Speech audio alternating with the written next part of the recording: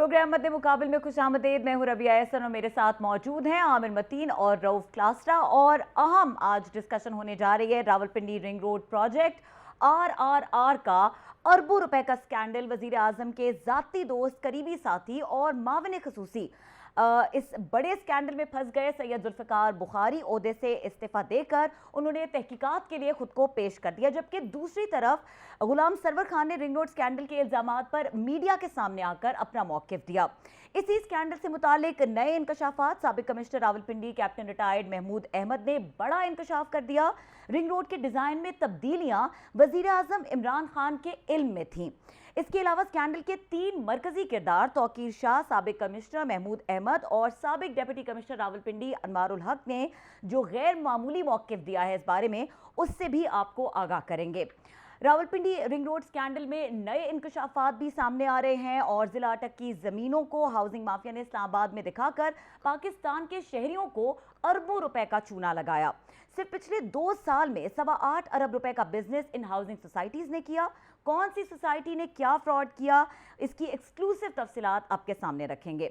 इसके अलावा ओहदों से हटाए जाने वाले कमिश्नर, डिप्टी कमिश्नर का मौकिफ भी आपको बताएंगे। स्कैंडल में काफ लीग के चौधरी शुजात के बेटे चौधरी सालिक का नाम किस हैसियत में सामने आया है, इसकी तफसीलात भी आपके सामने शेयर करेंगे। तो आमिर मतीन साहब, जो डिस्कशन हम कर रहे थे पिछले कुछ दिनों से, ट्वीट्स, इस्तीफे, ऑपोजिशन की पॉइंट स्कोरिंग, चेयरमैन नैब का नोटिस, एब्सोल्यूट थरथल्ली मच गई है। थरथल्ली तो अभी शुरू हुई है। ये आप देखिएगा, जूं जूं आगे जाएगा ये और नाम आएंगे, बहुत बड़े बड़े नाम आएंगे। अभी ये बड़ी अभी भी जो है ना वो लेला पोती हो रही है, कवर अप किया जा रहा है बेताशा। और इसके अंदर जो सबसे खौफनाक एक मैं ख़बर भी दे दूं, डेवलपमेंट ये हुई है कि इसमें आर्म्ड फोर्सेस का नाम इस्तेमाल किया गया है, बहुत बुरे तरीके से इस्तेमाल किया गया है कि SPD एक इदारा है, स्ट्रेटेजिक प्लानिंग डिवीज़न, जो कि बहुत ही रीढ़ की हड्डी होता है फ़ौज की। उसके अफसरान ने ये कहा जी हमें जो है ना इसके अलाइनमेंट के ना हमें कोऑर्डिनेट्स दें, और वो कोऑर्डिनेट्स लेके उन्होंने फिर मार्केट में उसके कोऑर्डिनेट्स से पता लग गया ना कि ये किधर किधर जानी है ये रिंग रोड, और वहाँ वो ज़मीनें ख़रीद ली गई हैं।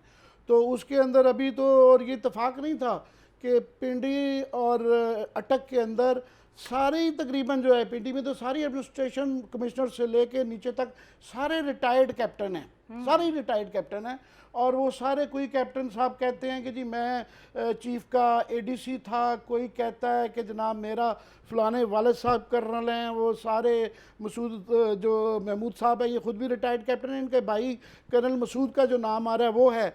फिर उसके बाद एक ब्रिगेडियर साहब जो कि ऑलरेडी अक्यूज़ में से हैं, सलीम इसहाक साहब, उनका तो नाम है ही है रिटायर्ड हजरात में जो है ना brigadier रजवान, colonel Asim, brigadier Waqas, ये काफ़ी सारे, एक इब्राहिम साहब भी हैं, पराचा साहब भी, कर्नल साहब, इनकी जो ये 3 जो बाद में नाम लिए हैं, brigadier रजवान, colonel Asim, brigadier Waqas, उनके मतलब की जो रेवेन्यू का रिकॉर्ड उन्होंने जो चेक किया है, ये हम उसके साथ रिपोर्ट शेयर करेंगे।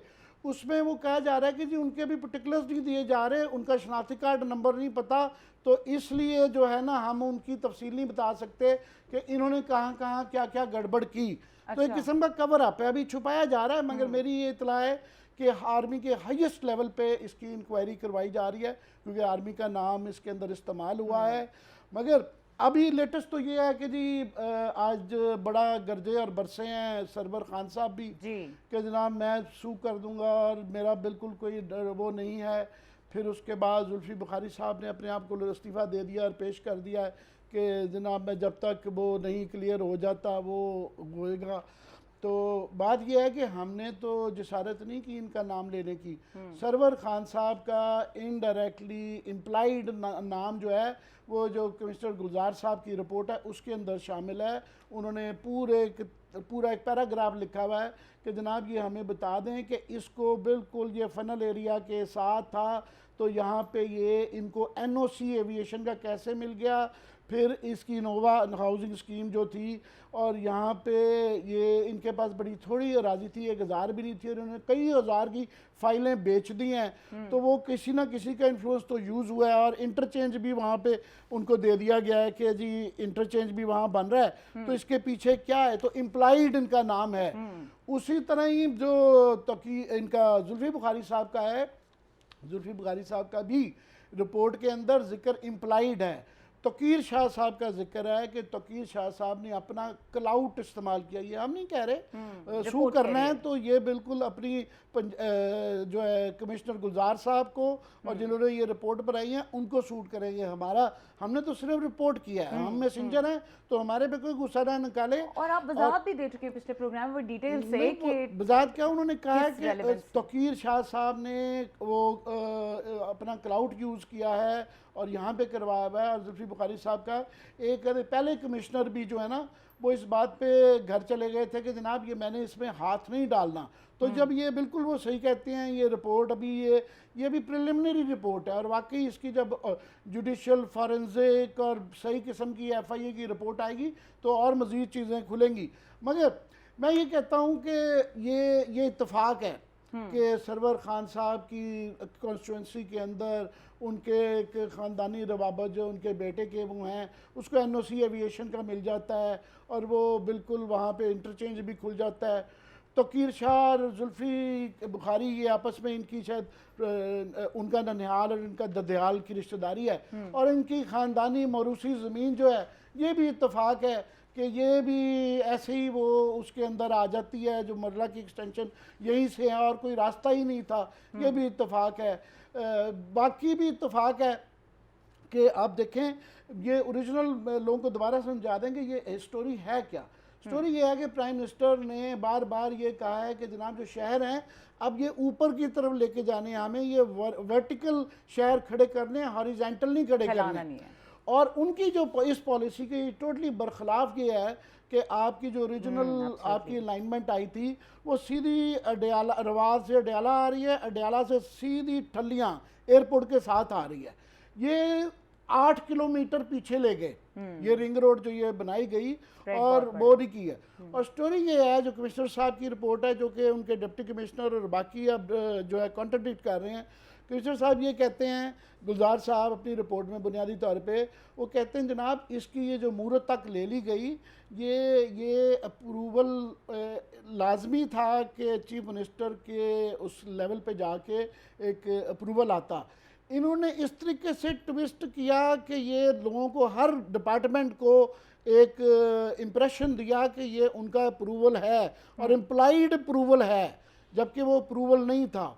जबकि डिप्टी कमिश्नर साहब का हमने उस दिन भी दिया, ADCG जो हैं जिनको साइड पे किया गया, उनका भी, उन सब के ये वर्जन्स आ रहे हैं कि नहीं जनाब वो ये सारों को ब्रीफ किया जाता रहा है, इनके नोटिस में लाया रहता है। तो इसमें या तो फिर चीफ मिनिस्टर और वो लोग जो कि इनको ब्रीफिंग मिलती है उनकी नाअहली है, या फिर कहीं ना कहीं उनकी भी शमूलियत आती है, ये आती है। मगर फैक्ट ये है कि वो बेताशा एरिया कोई 23 किलोमीटर स्क्वायर किलोमीटर का एरिया आ जाता है जो इसके अंदर लाया गया, और उसके अंदर 2.5-3 साल से ये जारी सिलसिला था। 2018 से कह लें कि इश्तिहार, ये जाली जो अलाइनमेंट जो कि प्रूव्ड नहीं थी वो बाहर निकल आई, और वहाँ पे इश्तिहार आ रहे हैं और धड़ाधड़ खरबों रुपए की लोग लूटे गए हैं। ये नहीं है कि गवर्नमेंट का 25 बिलियन जा रहा है या जी 2 अरब रुपए का गवर्नमेंट का जो लैंड एक्विजिशन की ख़राब है।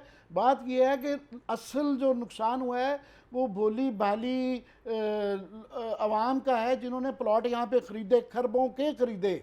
और ये हमने 2-4 प्रोग्राम तो हमने किए। फॉर एग्जांपल इसके अंदर जो मेन एक्यूज्ड हैं वो कैपिटल स्मार्ट सिटी, हमने ये प्रोग्राम किया था कि जनाब इनके पास 7,000 का अप्रूवल है, ये 60,000 के प्लॉट बेच गए हैं, और वो ये हाई राइज बिल्डिंग दिखा रहे हैं, इनका तो 3 मंजिला से ज़्यादा का अप्रूवल भी नहीं है और प्रिलिमिनरी अप्रूवल है। तो अभी जो है ये सिर्फ बातें नहीं रह गई हैं। आज की लेटेस्ट ये है कि अब रेवेन्यू से फर्दर एक इंक्वायरी करवाई गई है रेवेन्यू डिपार्टमेंट से कि जनाब आप बताएं कि ये 2018 और 2021 में किसने कितनी ज़मीन खरीदी है। तो फैक्ट ये है कि ये सारे इत्तफाकात हैं कि ऐसे ही होता रहा, मगर इस दौरान में FIAs होती रही, ये ढाई अच्छा। 3 साल से सिलसिला जारी था कि जाली अलाइनमेंट के जरिए धड़ाधड़ लोग खरीदते थे। उसके बाद जी पैमरास होती रही है, इश्तिहार टीवी पे चल चल के अभी भी चल रहे हैं बेताशा इश्तिहार। पैमरा नहीं रोक रही कि जनाब ये अप्रूवल नहीं है, जब तक असूल है कि लेआउट प्लान फाइनल नहीं होता ना आप इश्तिहार कर दे सकते हैं ना बेच सकते हैं। और फाइलें बिक रही हैं और धड़ाधड़ खरीदो फरोख्त हो रही है। Anti corruption, police, revenue department, administration सब सोई हुई थी।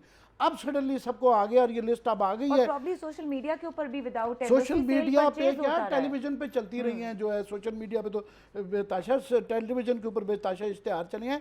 अभी ये मैं सिर्फ ये बता दूं कि ये दिखा दें कि ये जो रिपोर्ट है ये अभी आ गई है कि किन किन हाउसिंग सोसाइटीज़ ने जो कि सारी तकरीबन इलीगल हैं और कईयों के ऊपर नैब के केसेस हैं फ्रॉड के और कईयों के पास FIA के केसेस हैं।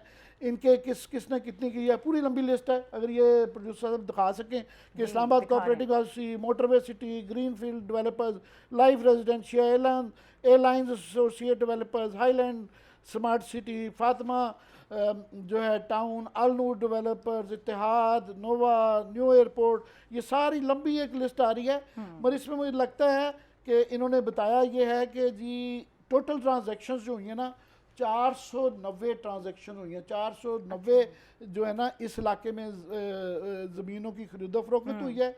और वो कह रहे हैं कि तकरीबन 11,000 कनाल जो है ना ये इस दौरान में ये जाली अलाइनमेंट के बाद खरीदी गई है। 11,000 से ज़्यादा है। और तकरीबन जो मार्केट वैल्यू उन्होंने जो बताई हुई है वो 8 अरब है। 8 अरब कोई 23 करोड़ रुपए है। पर मैं समझता हूँ ये नाकाफ़ी है क्योंकि इसमें से नज़र आ रहा है मुझे कि फॉर एग्जांपल दो जो सबसे बड़े बेनिफिशरी रहे हैं जिसमें कैपिटल स्मार्ट सिटी और गुलजार जो है, ये गुलजार साहब की मेरा ख्याल वो ये ब्लूबर्ड जो है, ये दो इसमें से मुझे मिसिंग नज़र आ रही हैं जो कि सबसे ज़्यादा। अब देखिए मूरत जो है ये ठलियाँ से 7-8 किलोमीटर पीछे है।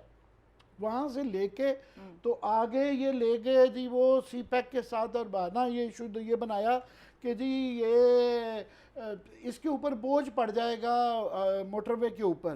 तो CPEC पे जब डालेंगे तो उसके ऊपर बोझ नहीं मिलेगा। जो ये CPEC की सड़क जो आ रही है डेरा इस्माइल खान से यहाँ तक हसन अब्दाल तक जो है उसके ऊपर जो ये सारी की सारी इन्होंने डाल दी। तो अभी क्लास साहब से इसका पहले ओपिनियन ले लें, फिर मैं बताऊंगा कि इन्होंने मज़ीद क्या क्या इसके अंदर जो है लोगों को समझाने के लिए क्या क्या फ्रॉड किए। जी ये क्लास साहब, एक तो सोसाइटीज़ अभी सामने आनी शुरू हो गई हैं, उनके फ्रॉड सामने आने शुरू हो गए और स्पेशली जो रिएक्शन आया है तो ये एक्चुअली क्या चल रहा है, इस्तीफ़ा इसके पीछे क्या है और ये जो गुलाम सरवर साहब का गुस्सा है इज रियली एंग्री या कुछ और कोई और सेंटिमेंट्स इमोशंस हैं? ये क्रेडिट तो है पहले हमारे चैनल का भी है, आमिर मतीन साहब का भी है। एब्सोल्युटली स्टोरी को जिस तरह इन्वेस्टिगेट करके आमिर साहब ने डिटेल्स लाई हैं पिछला पूरा हफ्ता जो है हम तकरीबन इसी को फॉलो करते रहे हैं। जब पूरा मीडिया जो है, अच्छा मीडिया वाले बड़ा मुश्किल होता है इनको, हाउसिंग सोसाइटीज़ इन्वॉल्व हूँ तो टच नहीं करते उनको, बिग बैरन्स होते हैं, बड़ा बिजनेस होता है, पैसा इश्तिहारात जैसे भी है।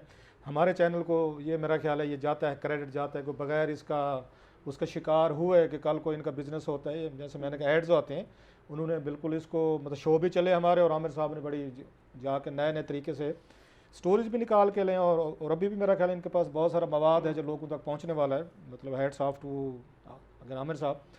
दूसरी जो बड़ा आपको याद होगा पिछले हफ्ते में हम अपने ड्रम ज़रा कम ही हम बीट करते हैं, ये हमारा प्रॉब्लम है। हम दोनों ज़रा वो ओल्ड टाइमर हैं, ओल्ड स्कूल ऑफ थाट हैं कि अपनी तारीफ क्या करनी, बार-बार चला के अपने क्लिप्स चलाएं। हमारे पास बड़े सारे क्लिप्स हैं जो हम दिखा सकते थे कि पिछले हफ्ते हम कह रहे थे कि ये सारे इशारे जो है ना, स्टॉर्म इज़ वो कहते हैं ना गैदरिंग अराउंड PM ऑफिस। मैं अभी भी कह रहा हूँ इसकी फेयर इन्वेस्टिगेशन मतलब कौन करेगा, मैं एक उस पर बात करना चाहते हैं। नैब करेगा जो जुल्फी बुखारी को पहले ऑफशोर कंपनीज में क्लीन चिट दे चुका है, इसको कौन करेगा? अगर आपने करवानी है तो कुछ जुडिशल कमीशन से करवाए ना। आपके लोग अगर इन्वॉल्व हैं, मतलब अब तक हुकूमत ने ये नहीं बताया, इसकी इंक्वायरी कौन करेगा? FIA करेगी। FIA में जुर्रत है कि जुल्फी बुखारी को बुला के उसे या सरवर खान साहब से या किसी और या बिग गन से, वजीर हाउस में एक दो और लोग भी बैठे हैं, मैं पूरी कहानी आपको सुनाता हूँ कि थोड़ा सा मैंने भी इस पर काम किया है, तो वो फिर उनको बुला के उनसे सवाल जवाब कर सकते हैं। इनमें जुर्रत है इतनी? आपको इतना बड़ा स्कैंडल है और इसके सारे ताने बाने जो हैं ये वजीर आजम हाउस से मिल रहे हैं। मैं आपको इसकी डिटेल थोड़ी सी बताता हूँ मैं उसके। लेकिन क्लासेस हमें ये नहीं भूलना चाहिए कि वजीर आजम ने इस इंक्वायरी को, वजीर आजम साहब ने फिर सुन लें फिर कौम नाराज हो जाएगी। इन्होंने शुगर स्कैंडल की इंक्वायरी दी, इनके जाती इनके फिर दोस्त शामिल थे उसमें, उसमें असद उमर का नाम आया, उसमें अब्दुल रज़ाक दाऊद का नाम आया, उसमें उस्मान ये बुज़दार का नाम आया, उसमें तमाम इनके करीबी लोग हैं, उसमें इनके जहांगीर तरीन साहब का इसी तरीके से नाम आया था जैसे जुल्फी बुखारी का आ रहा है। अब उसमें देखते हैं वीट का स्कैंडल हुआ, यही कुछ हुआ। फिर उसके बाद हमने अद्वियात का देखा, इनके अपने लोग इसमें मुलव्वस थे। फिर हमने IPPs का देखा, इनके अपने इन एडवाइजर और वजीर शामिल थे, उसमें खुसरो बुख्तियार भी था, फिर रज़ाक दाऊद था, फिर उसमें तरीन था, और फिर वो हाशिम बाख्तन कंपनी। अब हो ये रहा है कि जो स्कैंडल आ रहा है, इमरान खान साहब के करीबी डोनर्स या दोस्त जो है ना, उनके नाम आना शुरू हो गए। ये करते क्या है, फौरी तौर पर इंक्वायरी ऑर्डर कर दें और भले भले ले लें, उस पर अप्रिसिएशन भी ले लेते हैं जी हमने इंक्वायरी ऑर्डर कर दिया जैसे आपके किया है। उसके बाद ये मुझे बताया किसके खिलाफ इन्होंने एक्शन लिया है। अब बुज़दार साहब का इसमें नाम आ रहा है, मैं आपको थोड़ी सी उसकी डिटेल बाद में बताता हूँ। मैं बुज़दार साहब का भी आ रहा है। इमरान खान साहब ने खुद इसकी रिंग रोड की मीटिंग चेयर की है, जनवरी में की अभी इसी साल, बिल्कुल। और उसमें एक वो चल रहा है, अगले सेगमेंट में हम उसको और इसको बताएंगे। मौक़िफ़ भी एंडोर्स कर रहा है जी। उस पे 3 मौक़िफ़ जो है मैं आपके साथ अभी शेयर करूंगा। मेरी उससे बात हुई, तौकीर शाह से बात हुई है। अच्छा। उसमें ये जो कमिश्नर महमूद जो है, उन्होंने अपना एक अनऑफिशियल बयान उन्होंने लिख के अपने DMG के ग्रुप्स में शेयर किया, वहां से उनके किसी करीबी बंदे ने उसको शेयर किया है। फिर इसके बाद कैप्टन अनवार उल हक हैं, उनका एक अपना पॉइंट ऑफ व्यू है जो आपको याद होगा मैंने उस वक्त भी कहा था जब आमिर साहब स्टोरी कर रहे थे, मैंने कहा वुड बी इंटरेस्टिंग। ये तो चीजें सामने आ गई हैं, फैक्ट फाइंडिंग रिपोर्ट भी आ गई और बल्ले बल्ले होगी सारी की पूरी मीडिया ने ऐसी तैसी करके रख दी। लेकिन हमने दूसरी साइड भी तो देखनी है कि वो क्या कहते हैं जिन पे ये इल्जामात लग रहे हैं और उन्होंने क्यों। और अगर हम एक ब्रेक ले लें दूसरी साइड को देखने से पहले, आमिर साहब से वो कुछ लें, ब्रेक के बाद हम ऐड करेंगे जो मौक़िफ़ सामने आए और गैर मामूली उसके अंदर हकायक हैं और उन हकायक के पीछे क्या तफसीलात है उनको एक्सप्लोर करेंगे। हमारे साथ रहिए।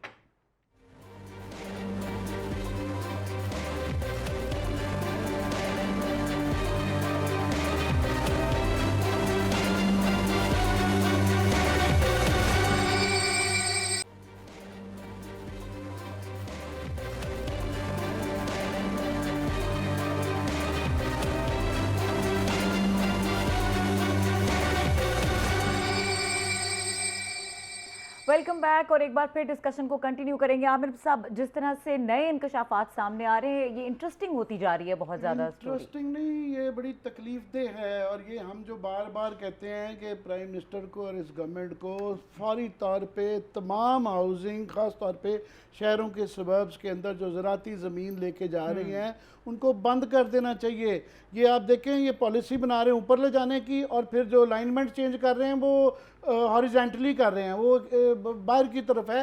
ये तमाम जो आप देखें ना, चक्री से जब आप आते हैं, ये ठलियां से इस्लामाबाद से निकलते हैं, वो कितना ग्रीन पैच है, वो वाइल्ड ऑलिव का पूरी चारों तरफ लगी हुई है और वो ऑलिव कंट्री है।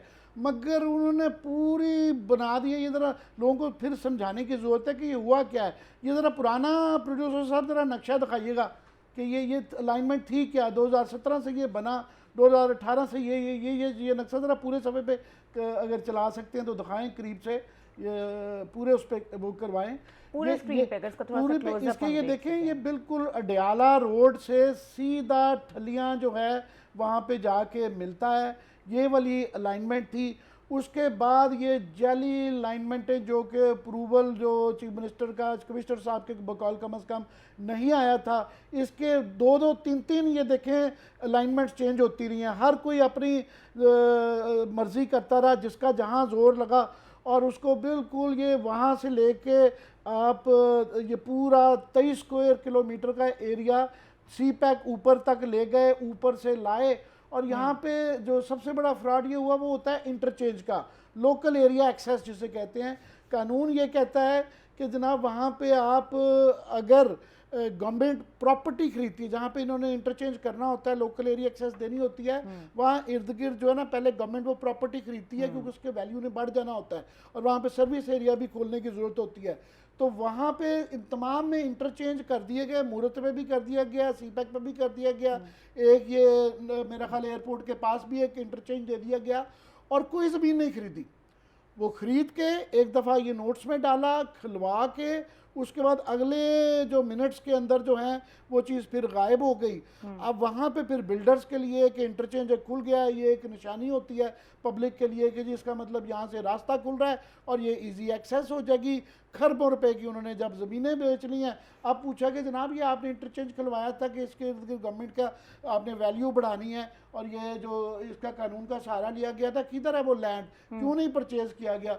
अब सब खामोश हैं। मगर इसकी जब ऑडिट सारा वाला होगा तो उसके बाद ही सारी चीज़ें आएंगी। मगर मैं क्विकली एक और इसके अंदर जो फ्रॉड है वो ये है कि बड़ा अच्छा एक लफ्ज़ यूज़ किया गया है इसके अंदर बार बार, जिस तरह पनामा के अंदर बड़ा मशहूर हो गया था कि जी खुशा साहब ने माफिया का जिक्र कर दिया है तो माफिया लफ्ज़ बड़ा हो गया।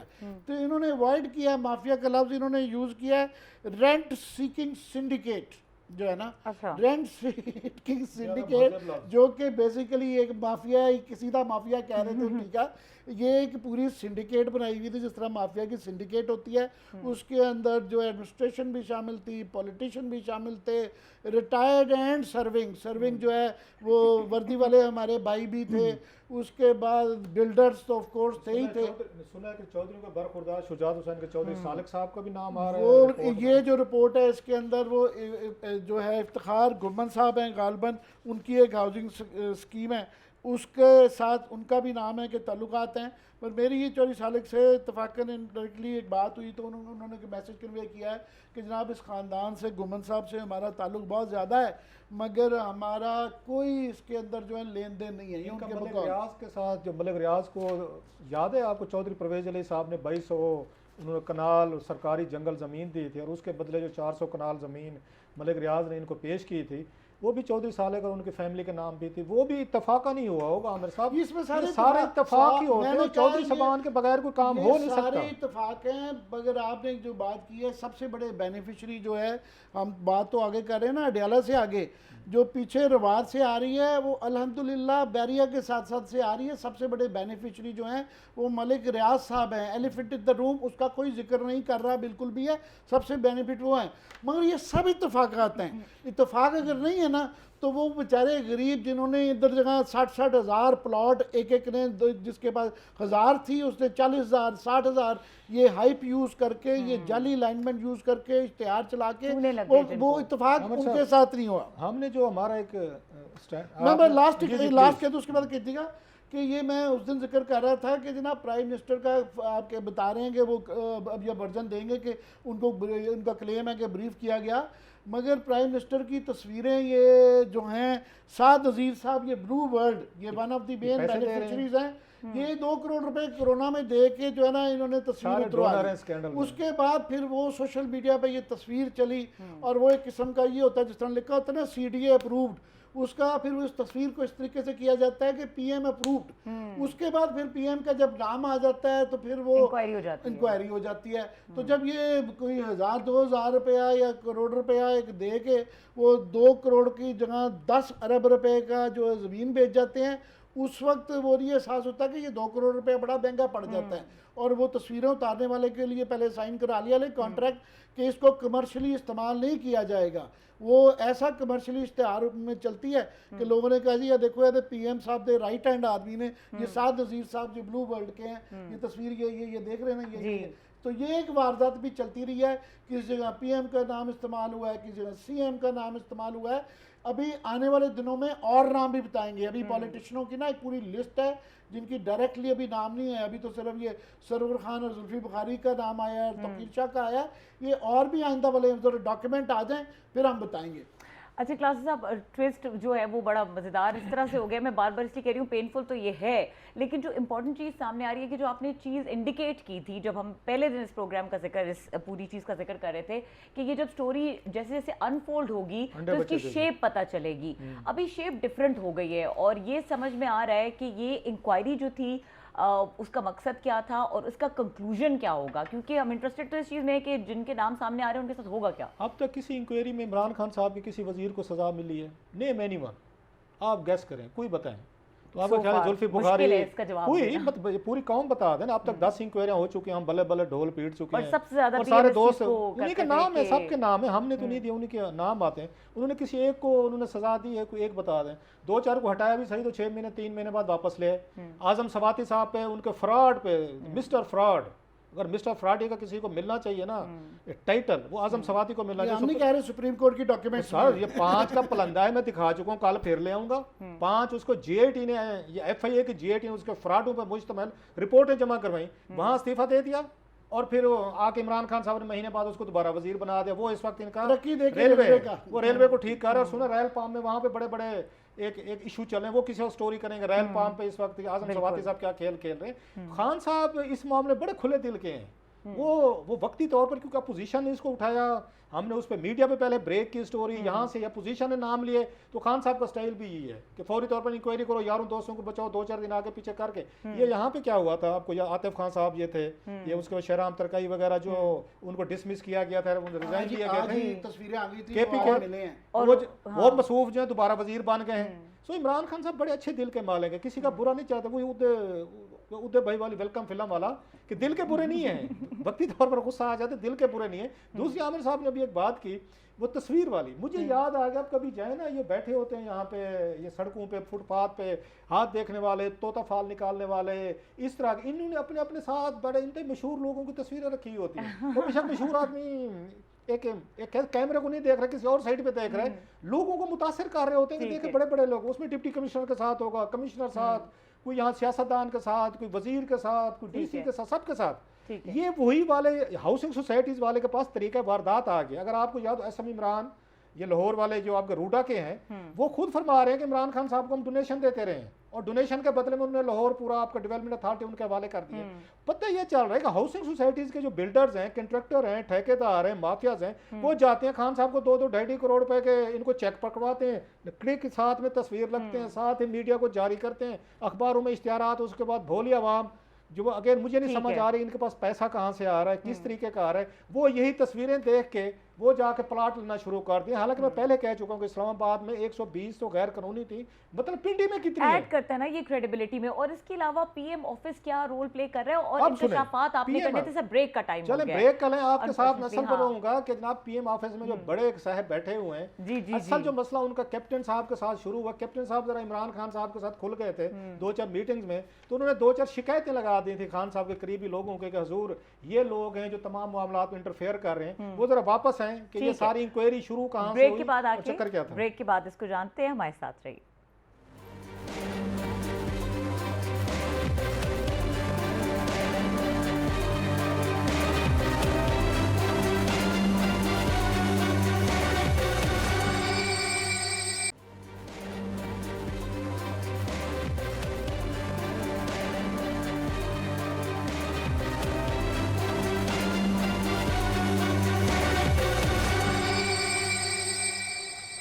प्रोग्राम में एक बार फिर खुशामदीद। क्लासा साहब, जिस तरह से आप PM ऑफिस की इन्वॉल्वमेंट का जिक्र कर रहे थे और जितनी हाइप ले चुकी है ये इंक्वायरी, ये पूरी स्टोरी, अब अपोजिशन भी बात कर रही है, चेयरमैन नैब भी नोटिस ले चुके हैं, जिस तरह से आप कह रहे हैं कि गुम हो जाएगी या कभी कोई इंक्वायरी कंक्लूड नहीं हुई, तो इतना आसान लगता है कि गुम हो जाए? चेयरमैन नैब ने नोटिस ले लिया तो भैंस गई पानी में।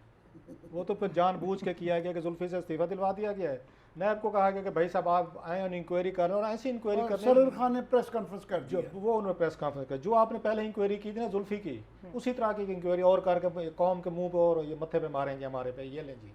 ये तो फिर नैब की तो ये बता दूं मैं, ज़रा वो सवाल बड़ा अहम है, लेकिन क्योंकि टाइम हमारे पास कम है, विश के टाइम आज ज़्यादा होता हम पूरे घंटे का इसको शो करते, इतना मटेरियल है आमिर साहब के पास, कुछ मेरे पास, इस पे 2 घंटे का हम शो कर सकते, but we will continue to follow it up. मैं ज़रा जल्दी से एक other side of the story जो है वो देना चाहता हूँ। मेरी तोकीर शाह साहब जो हैं उनसे बात हुई, जो फॉर्मर वो सेक्रेटरी टू वो CM पंजाब थे, मैंने कहा उनसे भी चेक कर लिया जाए कि वो क्या कहते हैं। फिर कोई इधर से जहाँ डिप्टी कमिश्नर साहब हैं वो आमिर साहब तो बड़ी हद तक दे चुके हैं, उनका जो उनकी रिपोर्ट थी उनके पेज कैप्टन अनवार, जी कैप्टन जो अनवार साहब हैं DC उन्होंने, वो DC साहब हैं, उनके करीबी लोगों से भी 1-2 से बात हुई। फिर इसके बाद ये हो गया, उसके न ये आ गए DC साहब आ गए, फिर कमिश्नर साहब हैं उनके कोई करीबी लोगों से भी बात हुई है। एक्स कमिश्नर, पहले मैं उनको तोकीर शाह साहब का बताता हूँ, क्योंकि उन पे आ रहा था कि ज़्यादा ज़मीनें उनके रिश्तेदारों को या उनके, उन्होंने खैर बड़ा एक लाइटर पे उन्होंने टोन में कहा, उन्होंने कि क्या करें, we are son of the soil, हम इसी धरती में यहीं पैदा हुए, आज के नहीं हैं, यहाँ से सैकड़ों सालों से हम यहीं पे बसते हैं, हम यहीं पोठवार के लोग हैं, यहीं पे अब हमारी ज़मीनें भी वहीं पे, बल्कि हंसते हैं मुझे कहा जी हमारी ज़मीनें एक्वायर होने रहो सब, आपकी तो नहीं होनी, आप तो लैया में है ना, आपकी कोई ज़मीनें हैं यहाँ पे, मैं कि मेरी नहीं है। उसने कहा जनाब हमारी ज़मीनें आज की नहीं है, इवन उन्होंने हंसते हुए कहा कि जब यहाँ से उसने शेर शाह सूरी ने